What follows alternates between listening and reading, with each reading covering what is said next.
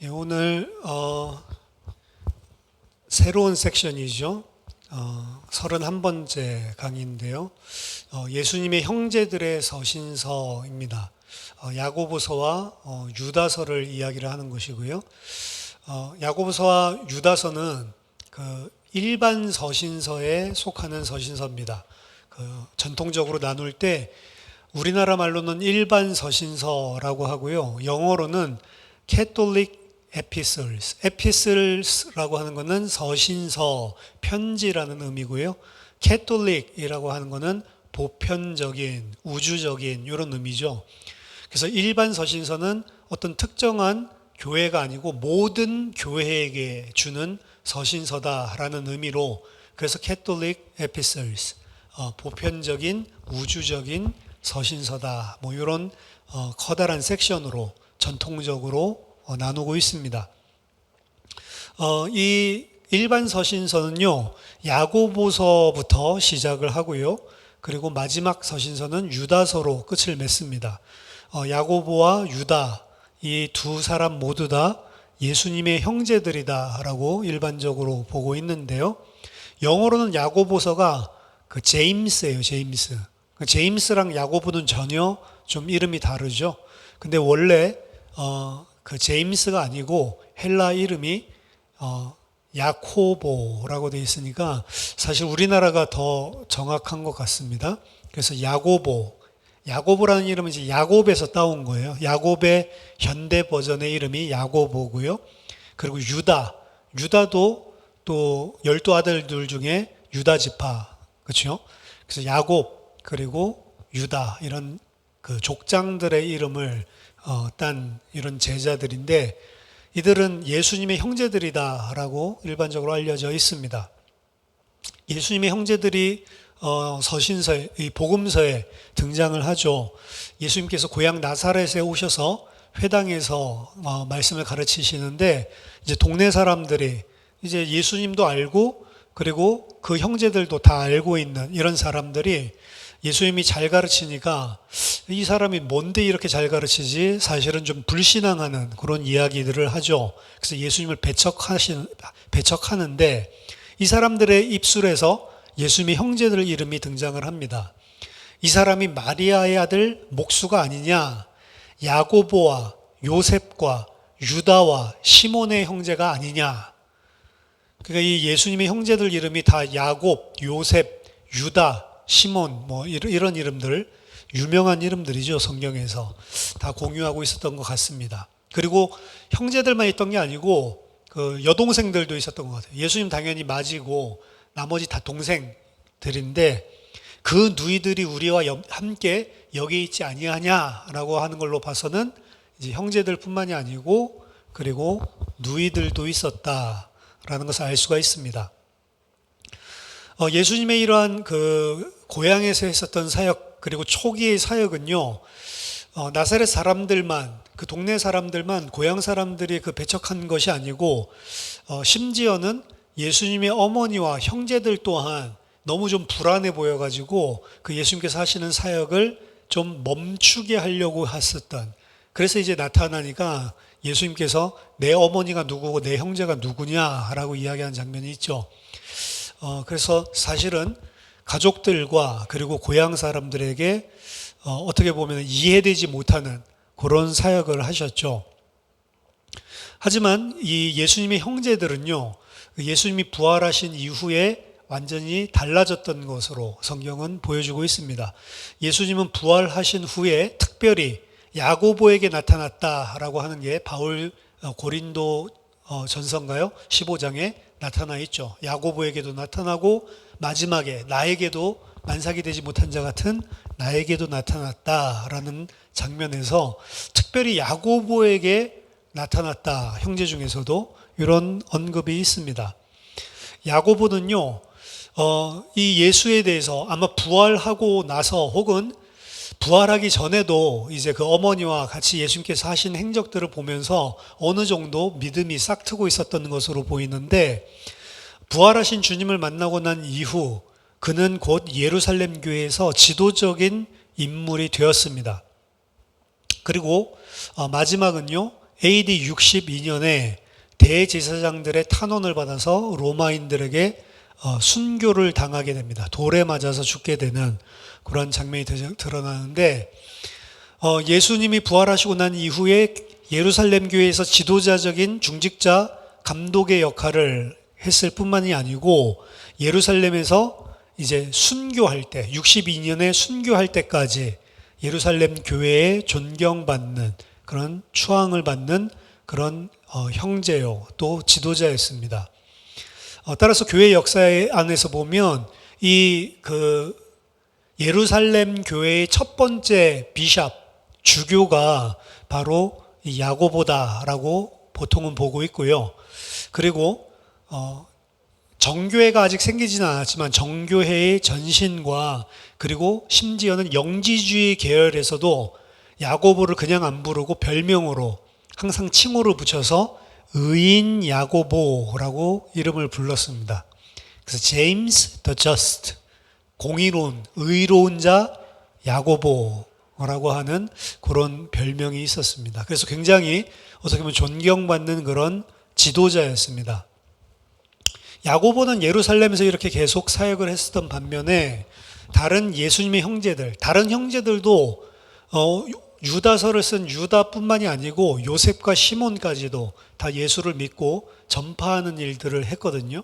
그들은 이제 예루살렘에서 한 것이 아니고 그들의 가족들, 아내들과 함께 시리아, 팔레스타인 지역을 순회하는 그러한 선교사로, 복음 전하는 자로 그 형제들이 다 살았습니다. 유세비우스에 의하면 야고보가 죽은 이후에 이제 예루살렘 교회의 주교직이 누구에게 계승되냐면 글로바의 아들인 그의 사촌이거든요. 그러니까 시므온에게 계승됐다라고 이야기하는데, 따라서 이 예수님의 가족들이 그 형제들뿐만이 아니고 그 아들들, 요런 그 대대로 이렇게 초대교회 안에서 중요하게 역할을 할 정도로 이 잘 믿는 집안이 됐던 것 같아요. 되게 좀 복이죠, 사실은. 어떻게 보면 처음에 어떻게 보면 가장 이해 못하고 형이 갑자기 왜 저러나 뭐 이러는 그런 분위기였었는데, 이들이 전부 다 그렇게 좋은 크리스찬이 된 것 같습니다. 유세비우스는 헤게시푸스라고 하는 사람의 글을 인용해서 내용을 하나 적고 있는 게 있는데, 이 도미티안 황제가, 로마 황제죠, 이 다윗의 왕좌, 다윗의 왕위를 주장하는 자들은 이게 로마에 이게 대항하려고 한다라고 생각을 해서 다윗의 왕자를 주장하는 자가 누구냐? 그러니까 이 그리스도인들이 계속 다윗의 계열로 온 메시아, 왕, 예수, 이걸 믿는다고 하니까 이때 이제 그 예수님의 형제 유다의 손자들을 그의 앞에 끌고 와서 그 신문을 하는 그런 장면을 보여주고 있습니다. 도미티안 황제 입장에서는 왜 유다의 손자들을 끌고 왔냐? 그 예수님이 이제 이 기독교인들이 믿는 왕이니까, 그러니까 이제 유다는 예수님의 형제니까 왕족이죠, 왕족. 그리고 그 왕족의 손자, 아마도 그 유다의 손자들도 교회 안에서 중요한 지도자적인 역할을 했었던 것 같아요. 그러니까 끌고 갔겠죠. 제대로 신앙생활 안 하고 안 믿었으면 끌고 갈 이유가 없는 것인데, 따라서 이런 로마의 황제가 이런 유다의 자손을 그 다윗 계열의 그런 유대인의 왕실에 속한 자로 생각할 정도로 이들이 열심히 그 예수를 믿었던 것 같습니다. 근데 그 앞에 끌려갔던 그 손자들이요, 자신들의 손바닥을 이제 보여주는 거예요. 이 황제에게 보여주니까 온 손이 이 상처투성이에 굳은 살 투성이거든. 그걸 보고 이 사람들이 왕족이 아니고 노동 열심히 하고 열심히 노동해서 먹고 사는 그런 노동자의 손을 가지고 있구나라는 사실을 이제 물증으로 보게 되고, 이 유다의 자손들이 이야기합니다. 우리는 이 땅에 속한 왕국의 그런 왕실이 아니고 하늘에 속한, 장차올 하나님의 저 하늘, 이 세상에 속하지 아니한 그 왕을 섬기는 자들이다 라는 사실을 선포합니다. 그래서 이제 도미티안 황제가 그러한 것들을 확인하고 나서 그들을 풀어주고요. 그 이후에 기독교인들을 금지했던 그의 정책을 멈추게 됐다라고 하는 그런 글을 소개하고 있습니다. 따라서 초대교회 안에서 예수님의 친척들, 형제들뿐만이 아니고 그 대대손손이 매우 초기부터 왕성하게 이 활동을 했다라는 점들을 이러한 기록들을 통해서 알 수가 있습니다. 야고보서 자체를 보면 야고보서 참 논란이 있는 책이죠. 상세한 기독론에 대한 내용이 없어요. 그리고 실제로 복음에 대한 실제적인 언급이 없어요. 복음이라고 하는 언급 자체가 야고보서에서는 없습니다. 따라서 일부 사람들은 야고보서를 하위 기독교적인 책이다라고 간주를 하고요. 심지어는 이 야고보서는 이전에 유대교 회당에서 설교에다가 나중에 예수님을 갖다가 등장시켜서 이 맞춘 그러한 설교, 그러한 어떻게 보면 유대인 안에서의 율법적인 이러한 서신서다라고까지 이야기를 합니다. 가장 유명하게는 종교개혁했던 마틴 루터 있죠. 이 루터는 야고보서가 예수님에 관해서는 아무것도 가르치지 않는 복음적인 내용을 아무것도 포함하고 있지 않는 책이다라고 경멸했고요. 심지어 이 편지는 사도적인 서신서가 아니고 지푸라기 서신서다라고 선언하기까지 했습니다. 왜 지푸라기냐? 지푸라기는 그 알맹이가 하나도 없잖아요. 진짜 알갱이가 없는 그 가짜 껍데기죠. 그러니까 껍데기 율법책이다라고 이렇게 비난을 했던 것 같습니다. 하지만 루터의 그러한 주장은 명백히 잘못된 것입니다. 야고보서는 실제로 분위기에 있어서 유대적인 색깔이 많고 세계관에 있어서도 하나님 중심적 그리고 유대인이 가지고 있었던 지혜 전통을 상당히 많이 의존하고 있는 책이 맞습니다. 그리고 토라에 깊이 함몰되어 있는 책이 맞습니다.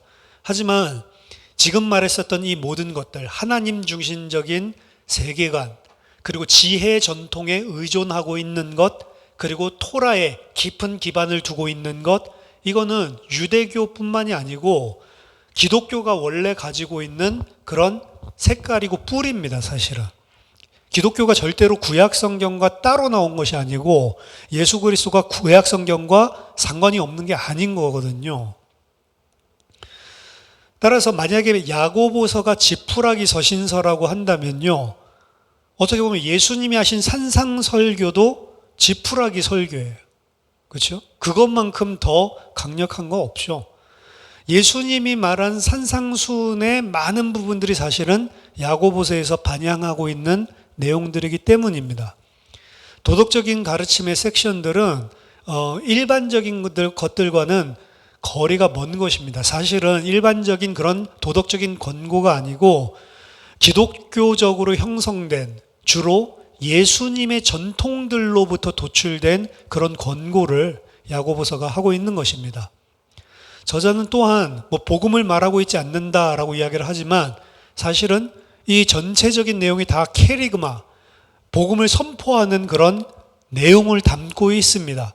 복음의 선포의 뿌리를 둔 주장이에요. 그래서 예를 들어서 어떤 행위를 권고한다. 그럼 그 행위 자체를 권고하고 있는 게 아니고 그 행위의 뿌리가 복음이라는 거죠. 복음을 가지고 있으면 이렇게 할 수밖에 없지 않냐라고 하는 전부 다 복음에 기반을 둔 주장을 하고 있는 것입니다.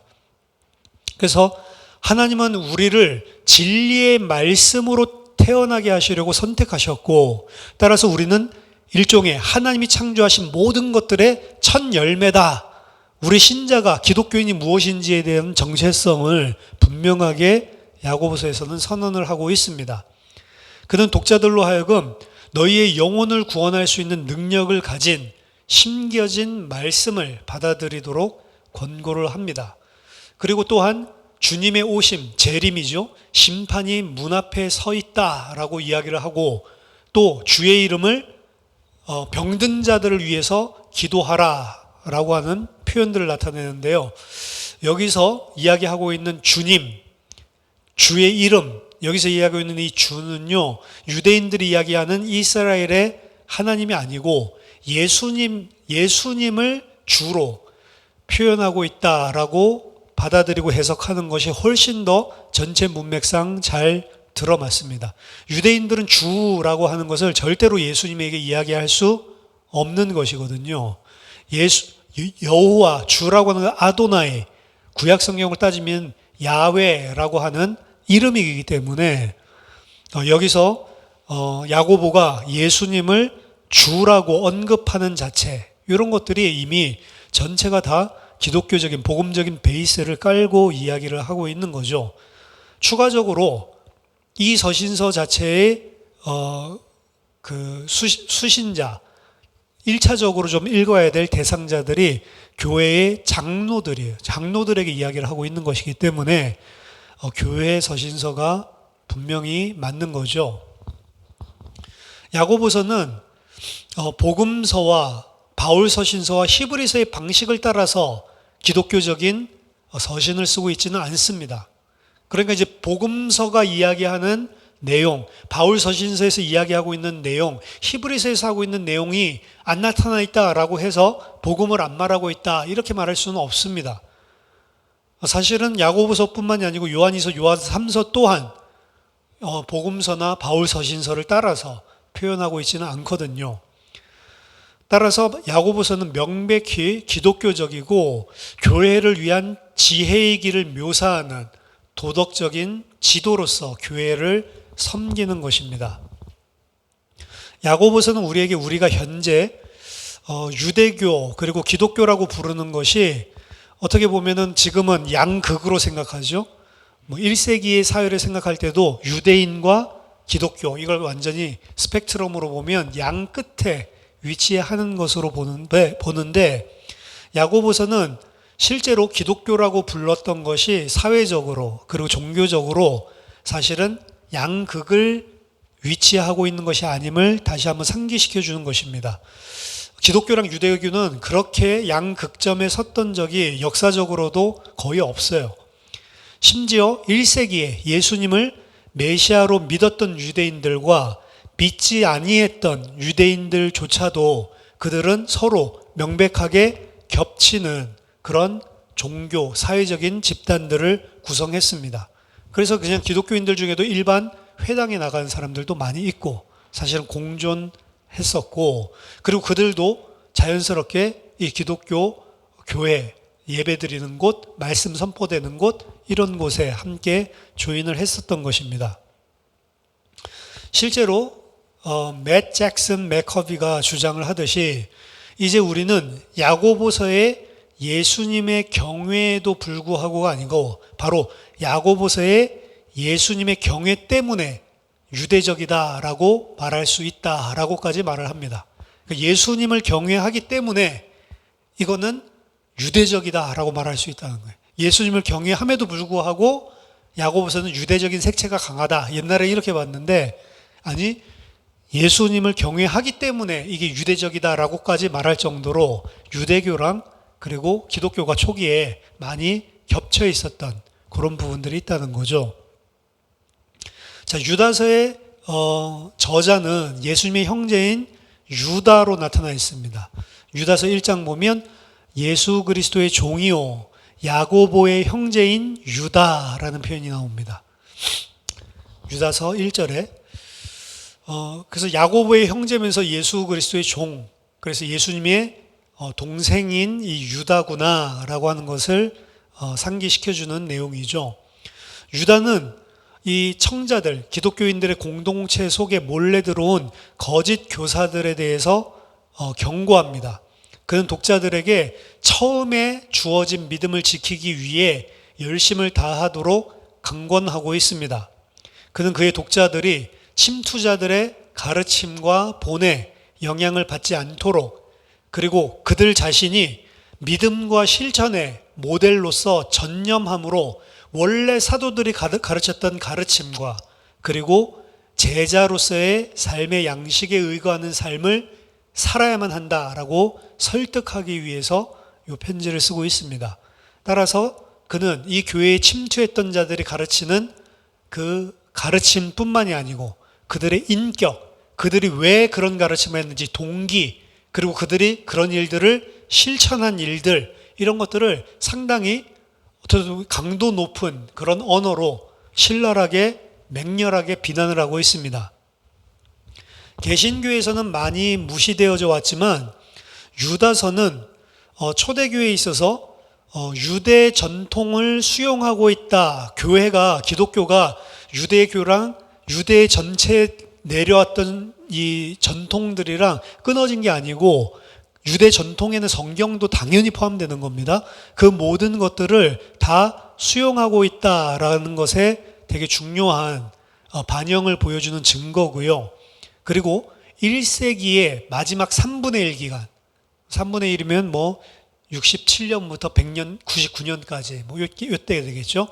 1세기 마지막 3분의 1 기간에 있어서의 기독교 신학을 위한 중요한 자료로 사실은 평가받고 있는 책입니다. 근데 뭐 거의 유다서는 잘 언급을 안 하니까 우린 별로 그렇게 한 장밖에 안 나와 있고 중요하게 보지 않죠. 유다서는 생생한 성경적인 해석 전통에 대한 입증을 할 수 있도록 우리를 도와줄 뿐만이 아니고 당시에 헬레니스틱 문화를 마주했었던 교회가 어떻게 문화와 싸우며 분투했었는지, 그리고 교회 전체적으로 상당히 그때 아까 전에 그 시기면 기독교 초기 시기인데 공인된 믿음이 무엇인지라고 하는 부분에 이 개념들이 발생하고 있었던 사실들, 그리고 교회 내 분열주의적인 경향들이 어떻게 침투해서 잔존하고 있었는지, 그리고 믿음의 양태, 믿음을 가지고 있었던 모양이 어떻게 다양했었는지, 이런 부분들을 보여주는 1세기의 초기 기독교를 보여주는 중요한 사실은 사료고요. 그런 내용들을 우리가 도움을 받을 수 있는 굉장히 중요한 자료입니다. 근데 개신교에서는 근데 유다서 별로 안 좋아했습니다. 야고보서만 안 좋아하는 거 아니고 유다서도 별로 안 좋아해요. 둘이 내용이 조금 유사하거든요.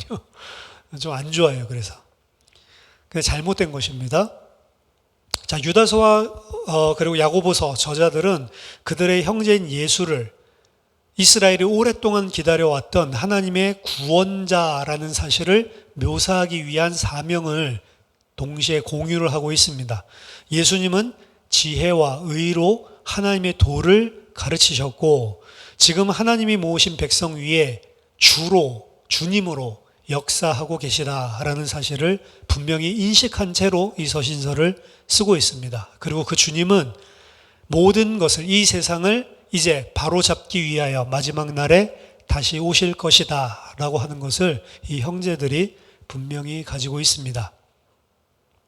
자, 상황적, 비평적인 문제들을 다룰 건데 오늘 야고보서 비평적인 부분들만 살펴보고 다음 주에 유다서 살펴보도록 하겠습니다. 자, 먼저 첫 번째 야고보서의 기원에 관한 것입니다. 야고보라는 이름이 흔치 않은 이름이 아니에요. 성경에도 자주 등장하고요. 초대교회에는 여러 명의 야고보가 존재했습니다. 하지만 교회 역사에서 지배적으로 이 야고보서의 저자는 예수님의 실제 형제, 친형제 야고보로 보고 있습니다. 일부 학자들은 야고보서가 2세기경에 쓰여진 가작이다라고 주장하는 견해도 물론 존재를 합니다. 증거를 생각해 보면 왜 2세기 거라고 보냐? 이 야고보서가 쓰여진 이 헬라어 자체가 너무나 훌륭한 헬라어를 사용하고 있다. 이게 근거 중에 하나고요. 그리고 유대인 성경의 헬라어 역본을 사용하고 있다. 이것 때문에 좀 문제거리를 삼습니다. 또한 그레코 로만 당시에 수사학적인 특징 중에 하나인 디아트리베와 같은 수사를 사용하고 있다. 디아트리베는 뭐냐면 그냥 논쟁을 하는 게 아니고 논증을 하는 게 아니고 대화하듯이 대화처럼 담론으로 이 주장을 하고 그 증거를 하는, 논쟁을 하는 이런 수사학적인 당시의 기법이었습니다. 자, 이러한 사실은 언어도 헬라어가 너무 뛰어나죠. 성경도 헬라어 성경을 보는 것 같죠. 그리고 당시에 헬라 문화에 영향을 받은 그리고 뛰어난 어떻게 보면은 수사학, 그레코 로만의 수사학을 구사를 하죠. 이걸 시골 갈릴리에 어떻게 목수죠. 장인 출신이 이런 것들을 한다라고 보기가 힘들다라고 생각을 하는 것입니다. 근거가 충분히 되죠. 다른 신약 성경과의 많은 병행점들은 마태복음과 베드로전서에 의존했다라는 사실을 나타내는 것이다라고 이야기를 합니다. 그래서 아마도 바울 서신서들도 다 알고 있고 혹은 바울 서신서들을 다 이해하고 있으니까 바울이 너무 어떻게 보면 복음을 강조하면서 반율법적으로 이야기하는 거 아니냐, 이제 이런 부분들에 대해서 반응으로 바르게 잡기 위해서 나중에 2세기 때에 이런 이야기가 나온 게 아니냐라고 이야기를 합니다. 게다가 실제적으로 이 야고보서를 언급한 이런 고대의 우리 책들이 저자가 3세기 오리겐 전까지는 아무도 없어요.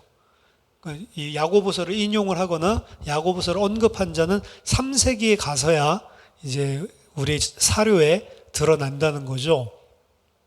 따라서 야고보서는 1세기에 쓰여진 야고보가 쓴 게 아니고 야고보의 이름을 사칭한 어떻게 보면 2세기에 신약 성경 중에서도 어떻게 보면 가장 마지막에 쓰여진 그런 책들 중에 하나일 수 있다라고 이야기를 하는 것입니다. 만약 그렇다면 유세비우스라고 하는 사람이 고대 저자들 가운데 야고보서를 인용한 자가 거의 없다라는 사실을 밝혔던 인물이거든요. 유세비우스가 고대 사람들이, 고대의 저자들, 크리스천 저자들이 야고보서를 인용한 예가 거의 없다, 이런 이야기들을 이미 옛날에도 썼다는 거죠. 이런 언급 자체가 놀라운 게 아니다라는 것을 쉽게 설명할 수가 있습니다. 유세비우스 자신도 야고보서를 이야기를 하는데, 이 야고보서 자체를 이야기할 때에 정경으로 수용되기 위해서 많은 어려움을 겪었던, 논란이 많은 책들 중에 하나가 야고보서였다라는 것을 유세비우스 스스로도 밝히면서 이제 이런 이야기들을 하고 있습니다. 그러면 야고보서가 한 게 아니냐?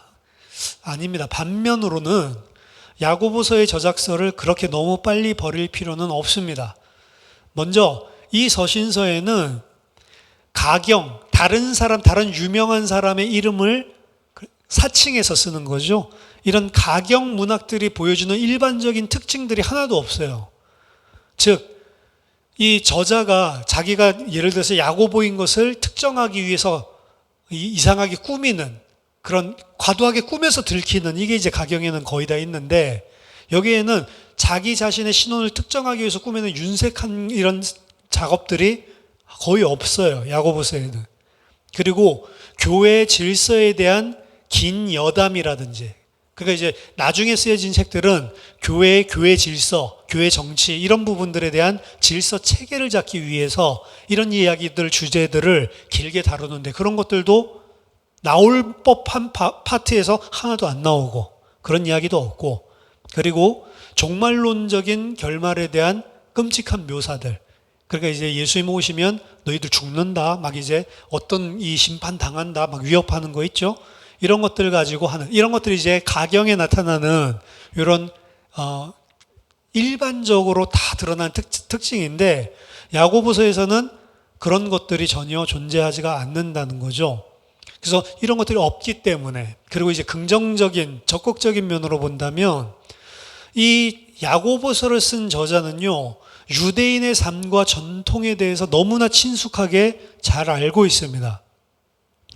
그리고 예수님의 말씀을 전달하는 데 있어서 복음서에 의존해서 복음서가 전해준 예수님의 말을 이렇게 그대로 받아 적는, 의존하고 있는 그러한 모양이 아니라 상당량이 직접적인 구두 전승을 들은 것을 옮기고 있는 것처럼 보여주는 파트들이 많이 존재한다는 것입니다. 또한 다른 1세기 기독교인 저자들과 마찬가지로 이 야고보서에서는 예수님이 곧 오신다라고 하는 것을 강조하고 있습니다. 그래서 이러한 전반적인 내용 면에서 봤을 때 이것을 가경으로 보기는 힘들다라는 것이죠.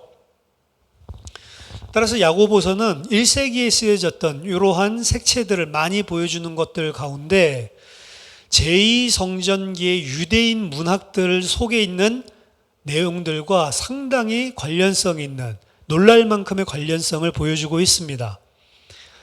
일단 야고보서 전체의 장르 자체와 내용도 제2바록서 78절에서 98절과 유사하고요. 야고보서에서 보면 욥의 인내에 대해서 강조를 하고 있죠. 이것은 구약성경 욥을 읽고 욥이 인내했구나 이거를 말하고 있는 것이 아니고 욥의 증언이라고 하는 외경이 있습니다. 제2성경기에 쓰여진 그 욥의 증언에 나온 내용들을 그대로 공명하고 있는 내용입니다. 그리고 야고보의 이삭의 매임에 대한 설명 또한 신연서에 등장하고 있는 것과 유사하고요. 그리고 야고보는 열왕기상에서 언급되지 않고 있는, 어떻게 엘리야가 기도해서 비가 3년 반 동안이나 안 오게 했는지 이런 부분들에 대한 강조를 하고 있는 것, 이거는 열왕기상에서 언급이 안 되고 있는 건데 그 당시에 제2성전기에 있었던 팔레스타인 자료들을 보면 이런 이야기들을 많이 하고 있거든요. 자, 이 모든 것들이 야고보서를 2세기의 기독교인들의 글이라기보다는 1세기 팔레스타인 유대교 세상에 더 가까운 자가 저자였다라고 하는 것을 방증하는 것입니다.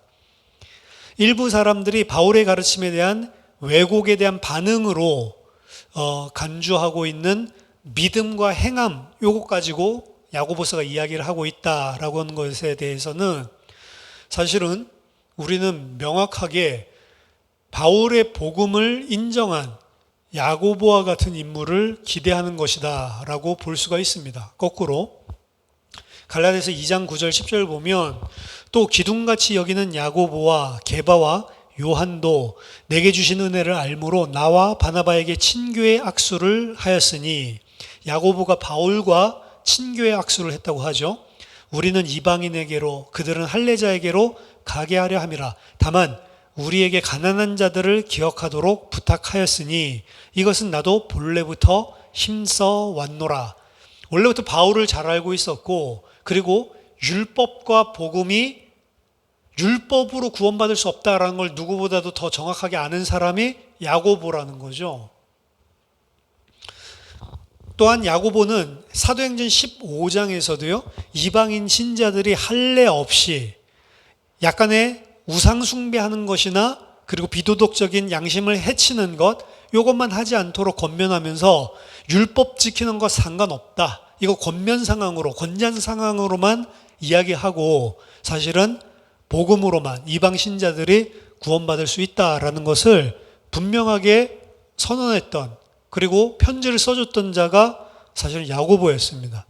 그리고 사도행전 21장에서 바울을 향해서는 바울 네가 토라를 저버렸다라고 많은 유대인들이 생각해서 반감이 큰데 서원을 행해서 네가 그렇지 않다, 그런 율법적인 율법 폐기론자가 아니다라는 것을 좀 보여줄 필요가 있지 않냐, 지금 예루살렘에서는 이런 것들을 또 권고하면서 바울에게 경고했었던 그런 인물이기도 했습니다. 이런 식으로 봤을 때 우리는 야고보는 우리를 1세기 기독교인들이 가지고 있었던 여러 가지 실제 직면한 문제들, 율법과 복음 사이의 관계, 이 부분에 대해서 당연히 생각을 하고 우리들에게 보여주고 있다라는 생각을 떨쳐버릴 수가 없는 거죠. 따라서 2세기에 뒤늦게 기독교인들이 썼다라고 하는 것은 사실은 이 전체 유대교적인 배경, 요것들을 깔고 본다면 사실은 2세기가 되기가 힘들다는 것입니다. 자, 양쪽의 의견을 들어봤는데 결론적으로 본다면 사실은 이게 2세기 때 야고보 아닌 사람이 야고보의 이름으로 지었다, 이렇게 이야기하는 거나 1세기 때 야고보가 지은 것이 분명하다라고 주장하는 것, 이 둘 다 어떻게 보면 훌륭한 자기 나름대로의 그 증거, 입증할 수 있는 근거들이 다 가지고 있어요. 훌륭하게 다 가지고 있습니다. 하지만 맥타이트가 옳게 언급했듯이 증거 둘 중에 하나를 택하다라고 한다면 약간 더 야고보의 저작서를 옹호할 수밖에 없는 것이고, 이게 전통적으로 교회 안에서 믿어왔던 것이기 때문에 저자는 예수님의 형제 야고보다라고 보는 것이 큰 무리가 없습니다. 두 번째, 야고보서의 연대인데요. 오리겐이 이 책에 대해서 언급했을 때 야고보서에 대한 명백한 인용은 없지만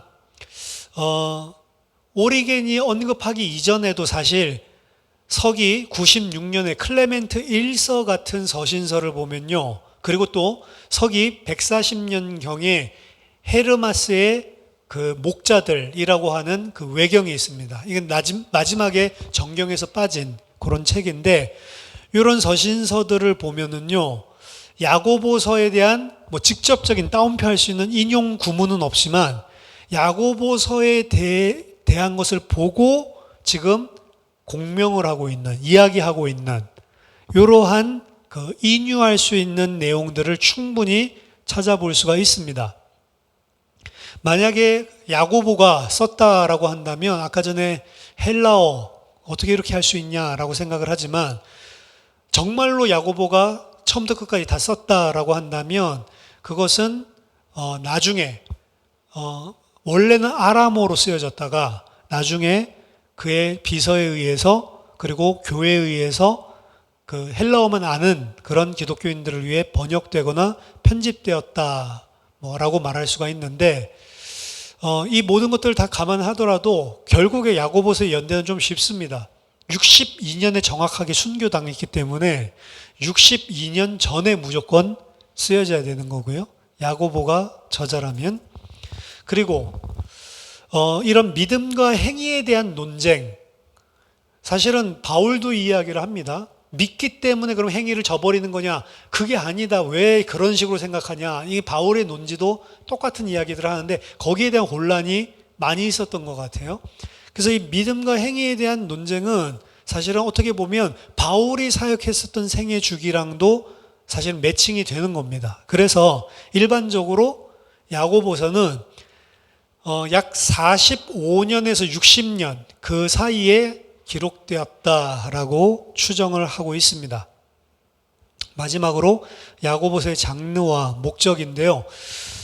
야고보서는 그레코 로만 시대에 있었던 일종의 도덕적인 교훈을 주기 위해 쓰여진 담론과 아주 많은 유사점을 가지고 있습니다.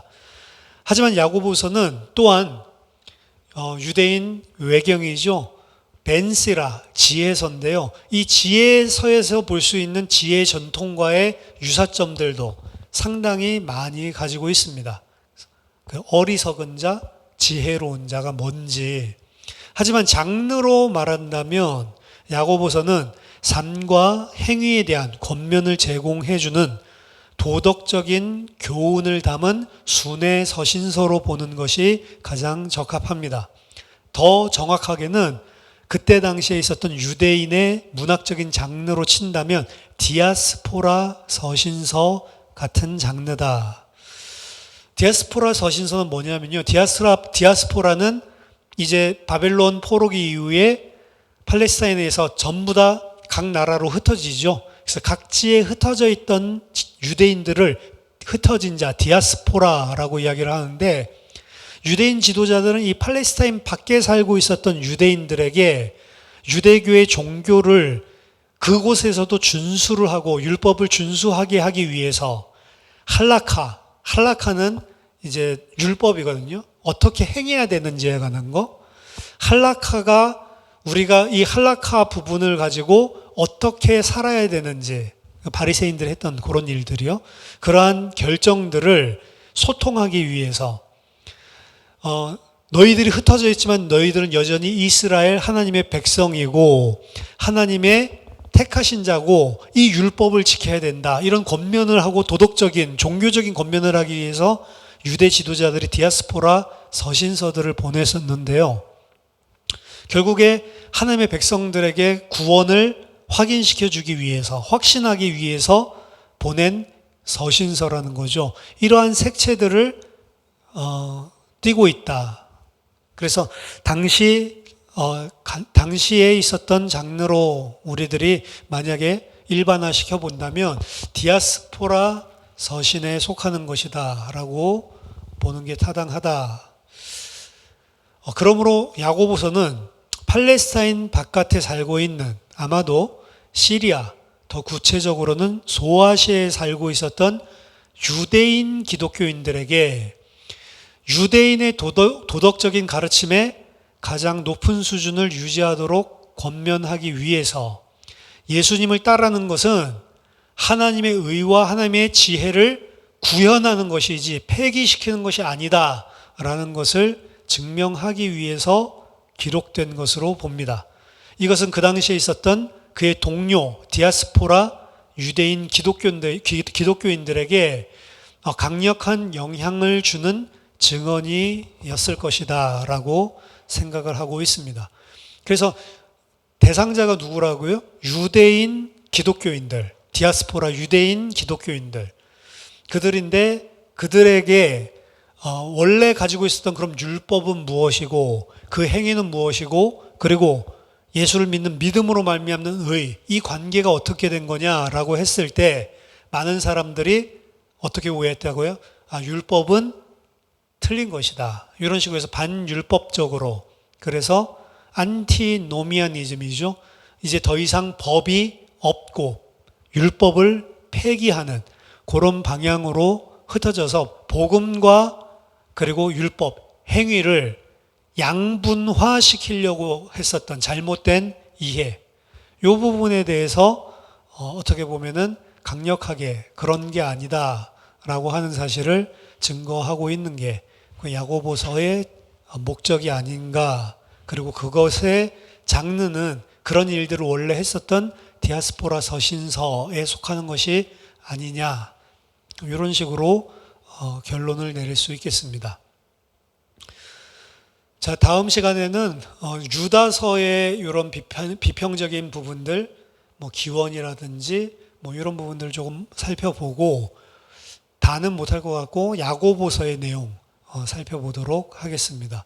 야고보서와 유다서가 우리들에게 있어서 복음을 좀 더 명확하게 이해하고 그리고 잘못된 그런 그 삶과 믿음을 나누는 그러한 것이 아니라 바르게 복음을 깨달을 수 있는 그런 귀중한 하나님의 말씀이 되기를 주의 이름으로 축원합니다. 자, 제가 기도하고 마치겠습니다. 기도하겠습니다. 하나님 은혜를 감사드립니다.